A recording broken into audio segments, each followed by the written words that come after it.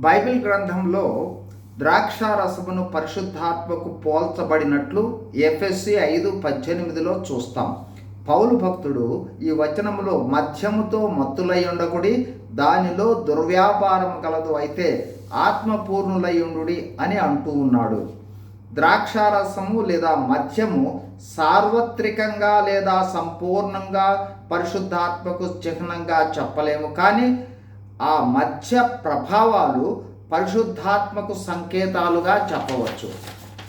అవి ఒకటి, మద్యము తీసుకున్న వ్యక్తి ఏ విధంగా ఆనందము ధైర్యంగా ఉంటాడో అదేవిధంగా పరిశుద్ధాత్మతో నింపబడిన వారు ఆనందంగాను ధైర్యంగాను ఉంటారు. 2, మద్యము తీసుకున్న వ్యక్తి ఏ విధంగా భిన్న పరివర్తనతో ఉంటాడో, అంటే భిన్నమైన విధంగా ఉంటాడో, పరిశుద్ధాత్మతో నింపబడిన వారు కూడా క్రీస్తు ప్రభువును పోలిన పరివర్తన, అంటే రూపము, భాష, ప్రవర్తన మొదలైనవి కలిగి ఉంటారు.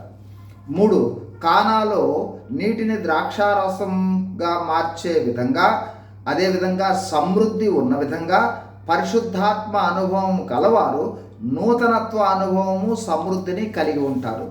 4, ప్రభురాత్రి భోజన సంస్కారంలో ద్రాక్షారసము తీసుకొనుట ప్రభువు వారి రక్త సాదృశ్యం, అంటే యేసు ప్రభు రక్తము ద్వారా వచ్చిన రక్షణ, పునరుద్ధరణను పరిశుద్ధాత్మ తెలుపుతుంది.